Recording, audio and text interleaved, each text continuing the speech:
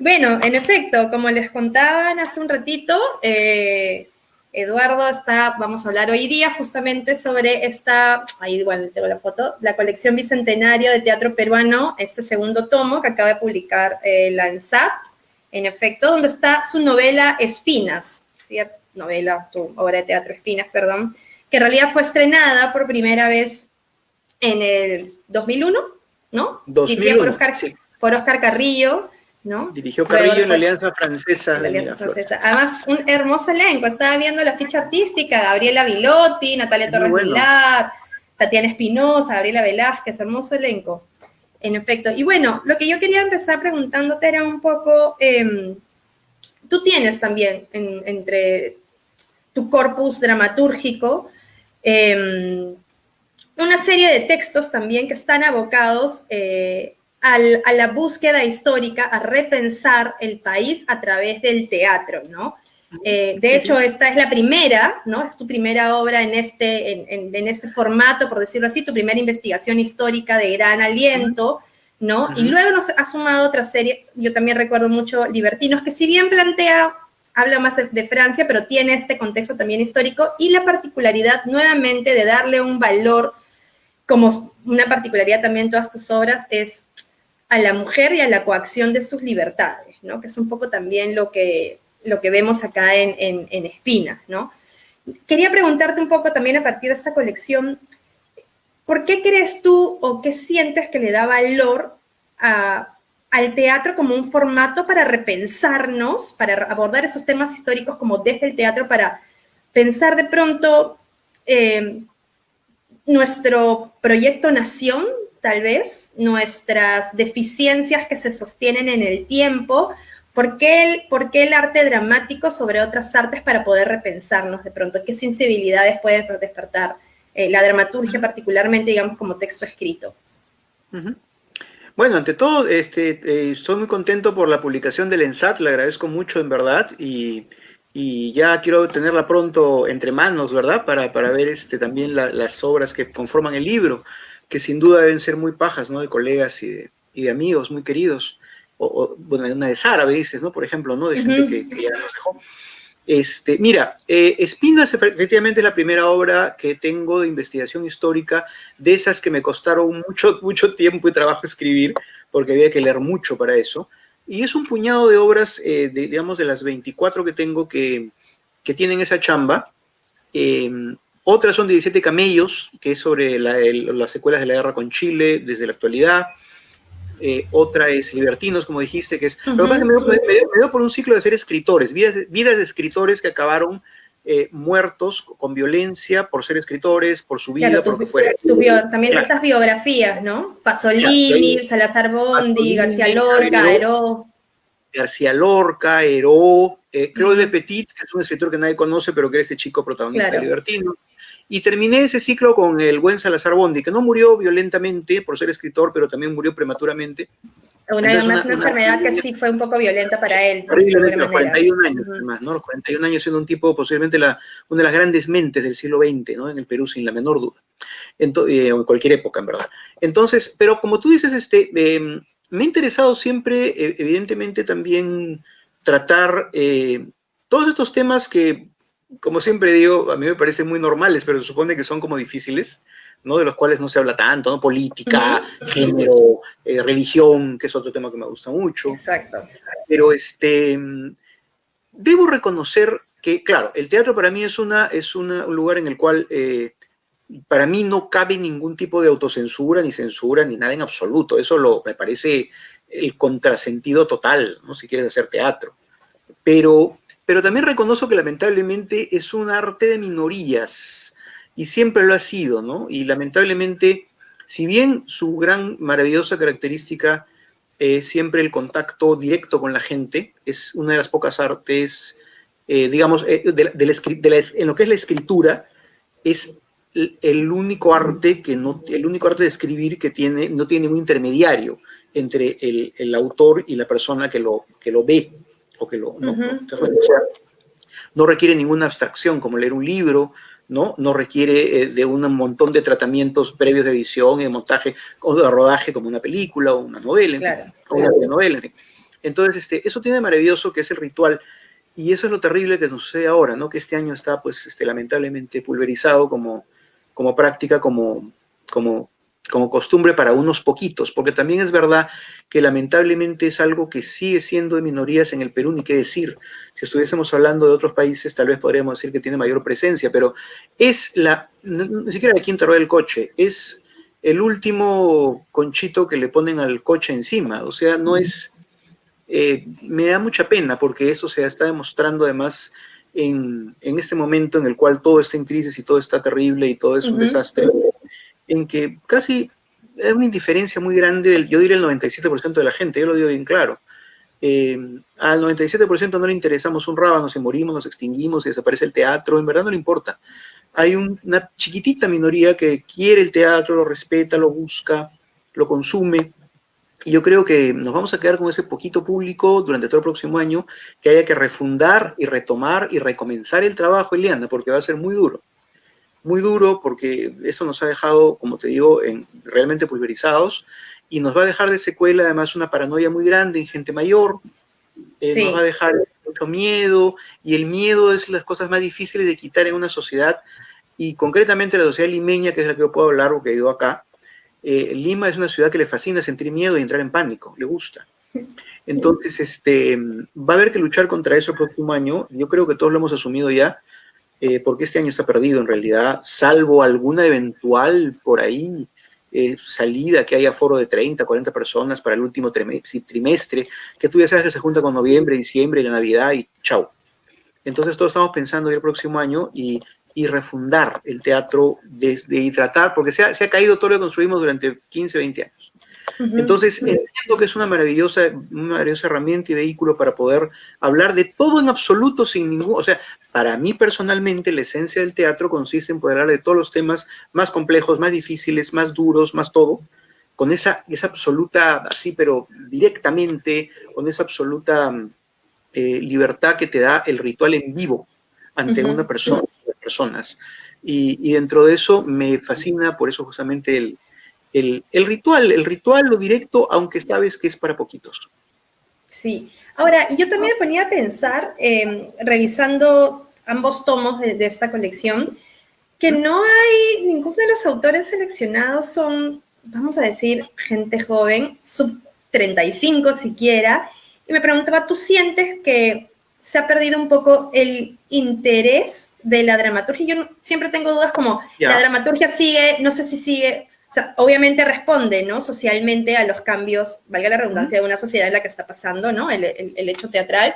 Porque es cierto, o sea, no podemos decir, creo yo, o me corrijo, no es que no hable de temas históricos, porque me parece que en el último lustro o un poco más, muchos autores jóvenes han estado hablando más bien sobre la época del terrorismo, ¿no? Hay muchas obras, y eso es también historia, sin duda alguna, ¿no? Como tú decías, te leí una entrevista en estos días haciendo un poco la investigación, que se hable de lo que quiera y no se tiene que esperar ni tomar la necesidad de pasar mucho tiempo para evaluar una situación, ¿no? O sea, hablar, por ejemplo, que la dramaturgia empiece a hablar de la pandemia, por ejemplo, es una necesidad, ¿no? Pero me preguntaba justamente, ¿por qué no hay gente por qué no habrá, ¿no? Gente más joven escribiendo sobre temas, digamos, históricos, o como trata esta colección, ¿no? Sobre temas en la colonia, prerrepública, ¿no? Sí, tiene una razón. O sea, yo conozco, hay una dramaturga, por ejemplo, que se llama Paola Estupiñán, que sacó una obra que se llama Sueños de Gloria. Hay otra dramaturga que sacó una obra muy linda sobre la guerra con Chile, la ocupación. Se me ha ido el nombre en este momento, que me perdone, por favor, que era una historia muy linda ambientada en medio de la batalla de Miraflores. De Miraflores. Sí, en la Ricardo Palma, creo que la mostraron. Exacto, en el Centro Cultural Ricardo Palma. Perdón, se me ha ido ahorita, Dios mío, esas lagunillas que no tiene.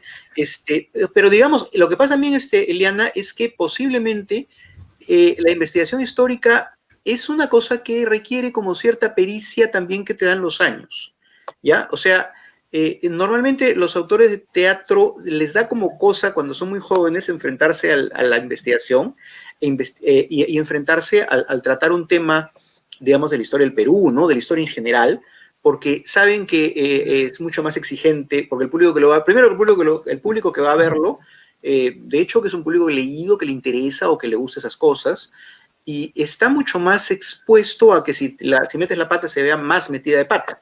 Es mucho más cómodo, práctico para, yo entiendo, para un dramaturgo, tratar de temas que conoce bien, del amor, la pareja, las crisis, ¿no? La sociedad del momento, la coyuntura, que eso la sentimos todos a cualquier momento.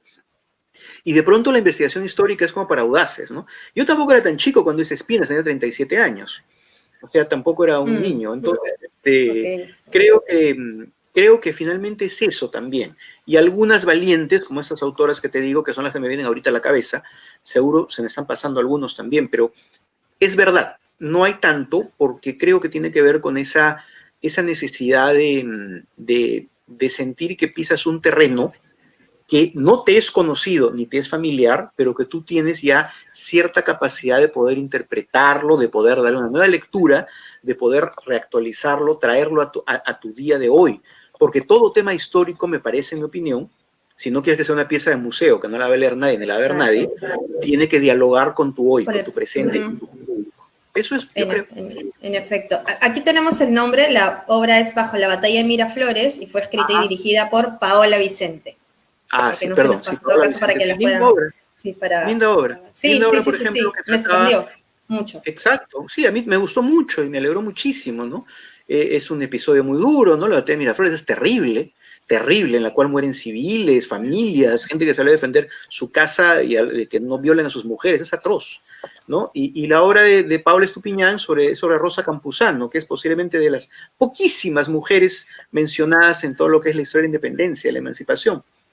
En fin, es cierto, es un tema apasionante y siempre, y volviendo un poco a tu primera pregunta, siempre, si vas a hacer temas históricos, por ejemplo, es bien interesante que son momentos en los cuales las mujeres por fuerza son oprimidas, destruidas, si pueden, pero liquidadas por el poder, porque, maldición, era lo que era el mundo. Espinas, por ejemplo, a mí me pareció, es una historia fascinante. Yo la encontré como un año antes de montarla, y me pareció fascinante porque era una historia real, en verdad es real. Obviamente comprimiendo, ¿no? Que eran las Iluminadas de Santa Rosa, que eran las groupies de Santa Rosa. Exacto. Cuando Flores de Olivia muere, era una chica muy famosa, muere muy jovencita, a los 31 años, ¿no? Y tenía ya un grupo de mujeres que la seguían a todos lados, porque era una mujer muy popular, era una santa popular, digamos, ¿no?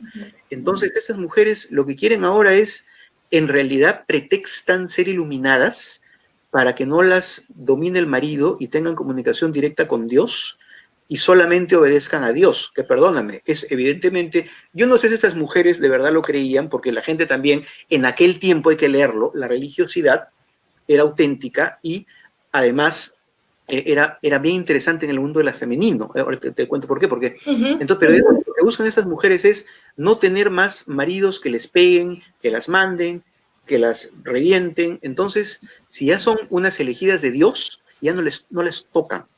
¿Te das cuenta? Exacto. Y eso fue lo que sucedió en realidad en esa época, y se leía así, y además una cosa interesantísima, que es que la devoción femenina identificaba el sufrimiento del cuerpo femenino con el sufrimiento de Jesucristo. Jesús sangraba como ellas, sufría dolores como ellas, Jesús era muy física la devoción. De ahí vienen los latigazos de Santa Rosa, de Rosita, de ahí vienen los ayunos de otras santas, de ahí vienen un montón de autotorturas, porque tienen que ver con esta entrega, que es una mezcla además maravillosamente interesante, que explora en los subconscientes más fascinantes del ser humano, que es esta relación entre mística y erotismo, que es finalmente el éxtasis, el éxtasis es finalmente casi un orgasmo espiritual. Claro. Entonces, esas cosas me parecían tan interesantes y tan bonitas para hablar de todo, de lo que ha sido la manera como se ha leído el sentimiento femenino en la historia, que es una historia trágica siempre, porque cuando las mujeres ganan es a costa de muchas cosas terribles, pero normalmente las hacen perder. Y es evidentemente por un aparato absolutamente manejado desde el poder de manera, pero sistemática y para liquidarlas. Eso te lo digo, leyendo todas las etapas de la historia, te lo digo, pero con absoluta seguridad. Sí, y a eso iba justamente sobre esto que mencionaste hace un ratito, ¿no? Cómo dialogan estas obras con nuestro presente, ¿no? Las obras históricas. Yo, la verdad, la única vez que vi Espina fue en el 2013, cuando la redirigió Claro, Alberto. Sí, claro, sí, la dirigió fue una Alberto. linda reposición. Creo que es 13 Sí, o 14, ya se me fue. sí, 14 creo que es creo, 13, no 13. me acuerdo. 13, ya. 13 según mis No, apuntes. tú eres la que sabe, tú eres la que estudia el teatro peruano. Claro, Y, no, sí, no. fue una linda reposición que hizo Alberto Isola con los chicos de Destalentos, unos actores lindos que hicieron unos papeles preciosos, un lindo montaje, sobrio, austero como Alberto Isola, siempre austero pero preciso, una joyita Sí, y y a lo fue... que iba era que justamente siendo 2013, o sea, Ujú, hace poquito, ujú. era la primera vez que me juntaba con ese texto y me dejó estas preguntas, ¿no? Respecto, otra vez, ¿no? El rol de la mujer, digamos, ya en un momento, 2013, cuando ya las luchas, si quieres, vamos a redondearlas en el Sí, adjetivo de feministas, empezaban a salir acá, ¿no? Y ahora que he releído el texto para, ¿no? para conversar ahora, me ha vuelto como a tocar de otra manera, entonces me pareció como lo mismo que decimos con, no sé, con las obras de Salazar Bondi, ¿no? De un montón de las obras de Mariátegui, como cuánta lucidez respecto de hace unos años y a la vez qué triste que esta situación siga estando tan presente, ¿no? No solamente sobre la coacción de las libertades y los derechos de las mujeres, sino el control de la iglesia sobre la sociedad, que es algo que sigue pasando hoy en día en este supuesto Estado laico, ¿no?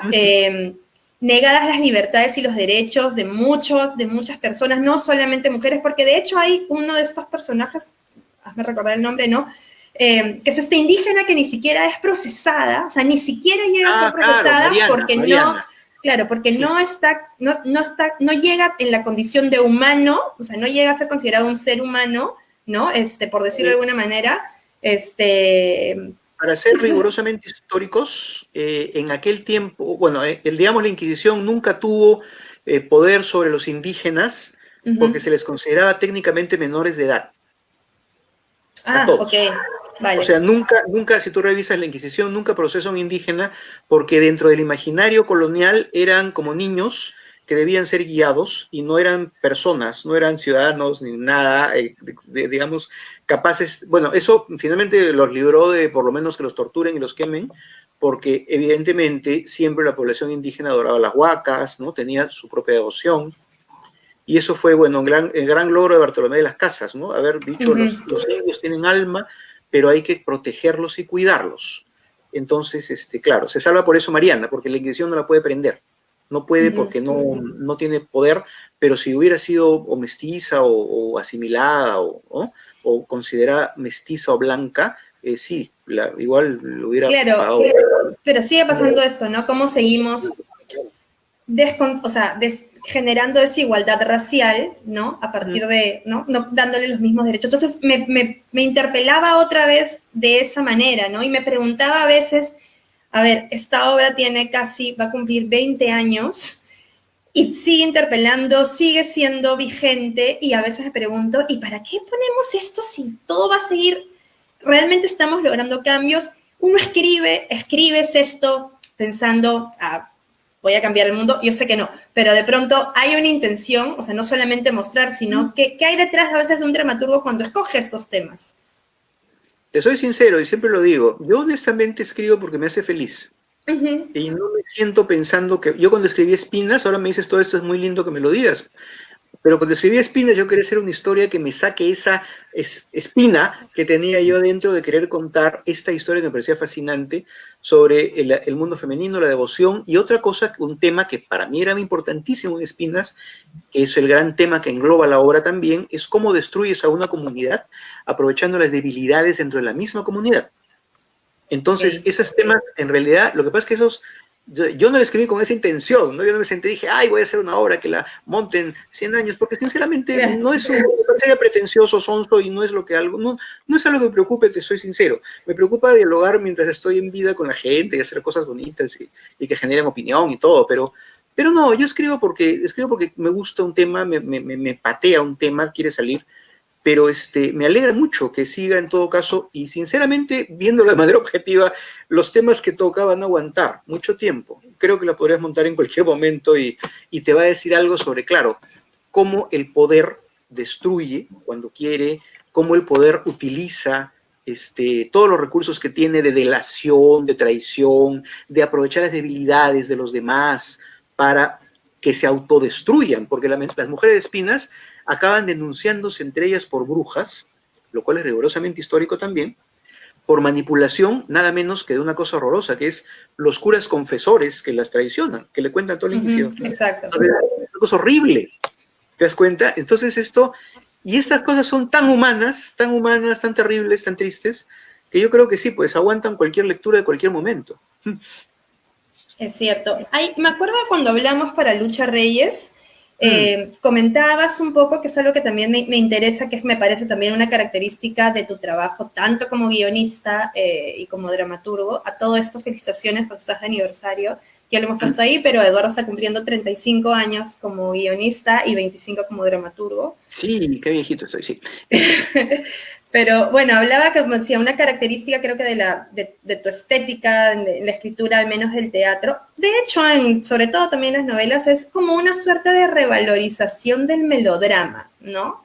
De tratarlo como con mucho cuidado. Y a mí me pareció bien interesante esto que me decías con Lucha Reyes, darle valor al melodrama, que ahorita, si quieres, está como dentro del arquetipo o estereotipado en Televisa, ¿no?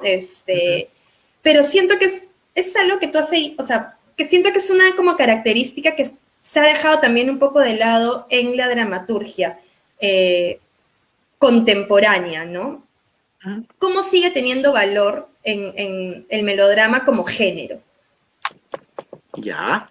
Primero Lucha Reyes, sin decirte adiós, por ejemplo, yo no la considero una obra histórica porque en realidad tenía poco de historia y más como de una construcción de personaje más basado en lo que era un mito, ¿no? Que me parece bien interesante, ¿no? Que es otra cosa un poco técnica la cosa. Pero en todo caso, volviendo a tu pregunta, el melodrama es bien difícil de tratar ahí donde lo ves sin que alguien que no lo maneje con cierto cuidado caiga en el ridículo. El melodrama siempre está al borde de la cursilería o lo que se llame cursilería dependiendo de qué orilla lo mires también, ¿no, Eliana? Porque esos términos cursi o achafo tienen connotaciones mucho más complejas que la simple palabra, ¿no? Porque pueden significar también una mirada de clase, una mirada de estatus, una mirada de lo que fuera. Pero digamos, el melodrama es muy proclive a caer en un desborde que lo vulgarice o lo haga torpe. Es bien difícil. Sí. Y en el teatro mucho más difícil. La televisión por tradición, el cine y la televisión, evidentemente, por fuerza lo han tomado como un género ya en el cual es algo deseable el melodrama. Pero el teatro es más delicado. El teatro melodramático ha envejecido horriblemente mal. Si tú lees, por ejemplo, las obras melodramáticas del gran fundador del melodrama, que es un autor, porque el melodrama aparece en el teatro, punto uno, aparece en el teatro el melodrama, con ese nombre, melodrama, drama con música, aparece a fines del siglo XVIII, 1790 y tantos, al toque apenas acá la Revolución Francesa, y aparece con un autor que era el prolífico de la época, se llamaba Pixérécourt.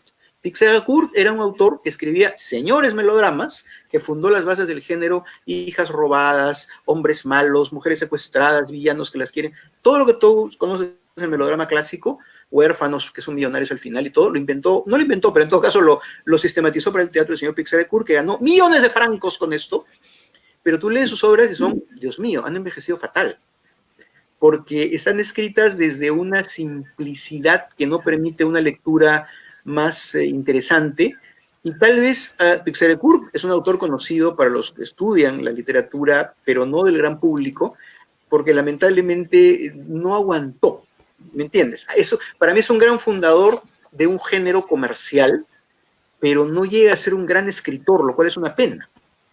Es difícil llegar a ser un buen escritor de verdad, o escritora, o una persona creativa, con calidad, dentro de los límites del melodrama, porque por fuerza incluyen exacerbaciones y cosas muy, que aparentemente son como fáciles, y se basa en una truculencia de manual.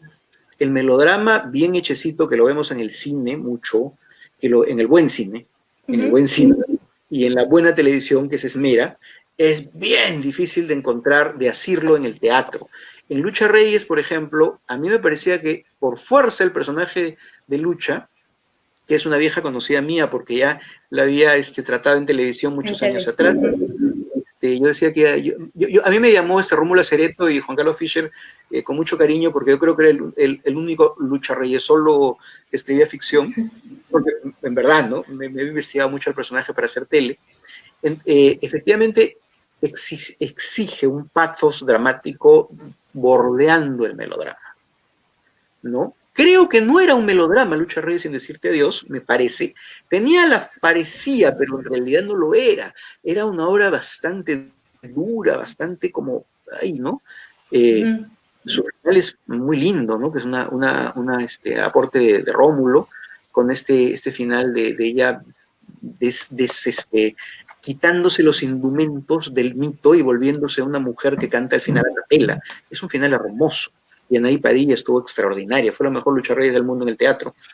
Entonces, claro, pero es difícil el melodrama, si lo haces melodrama, porque otra cosa es que te hagas un poquito de loco con los términos y le digas melodrama a un drama normal, ¿no?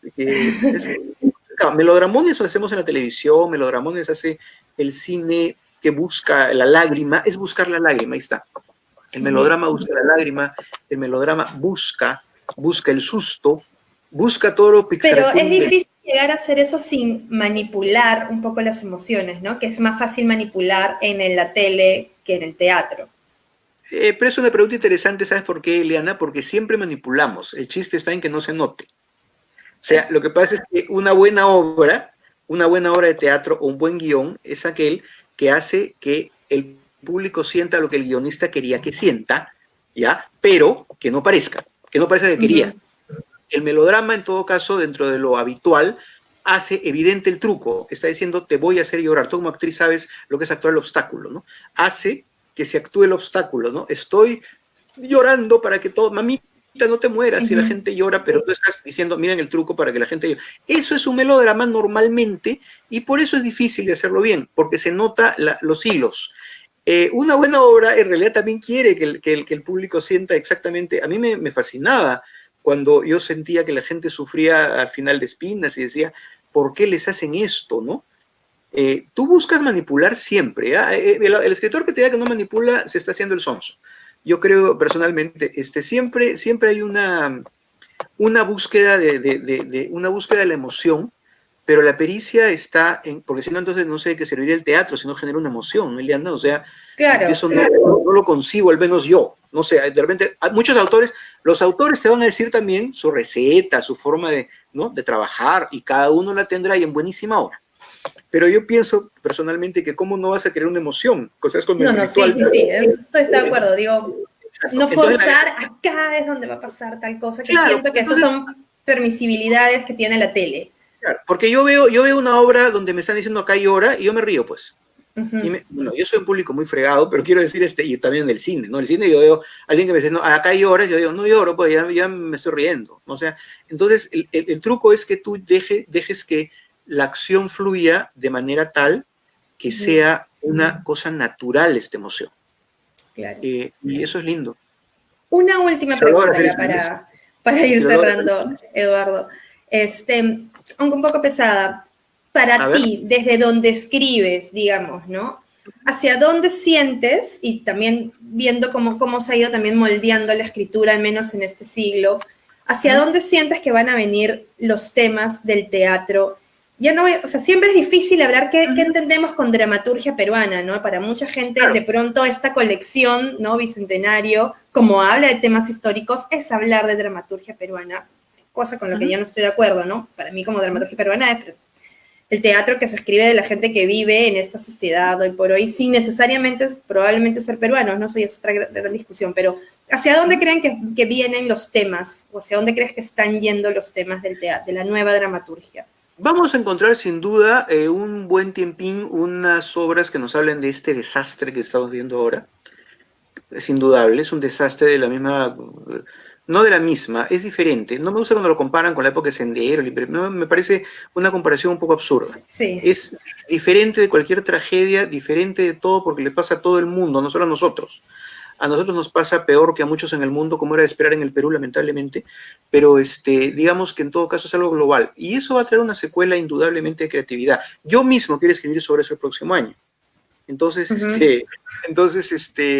y muchos dramaturgos van a ir por ahí un rato hasta que ya se haya dicho todo lo que hay que decir y se haya leído todo lo que se tenga que leer y eso luego, y también posiblemente lo que haya es algo, me atrevo a decir, cada vez más relacionado con la cuestión tecnológica, la cuestión, los diversos lenguajes, lo audiovisual mezclado. Mira, ahorita esto de las obras de teatro, entre comillas, que para mí es video. Y que tú has dicho públicamente que prefieres no escribir para la virtualidad por ahora. Sí, ahorita no, porque claro, o sea, lo digo también porque me puedo dar el lujo, ¿no? Y porque finalmente yo entiendo que mis compañeros tienen que buscar una manera de expresar sus talentos, ¿no? Claro, yo me puedo aguantar un año, pues, en hacer una obra, cancelé mi obra este año, evidentemente, obvio, pero quiero decir, no es tan grave para mí, pero creo que en general esas cosas van a quedarse como un recurso que cada vez se va a usar en la medida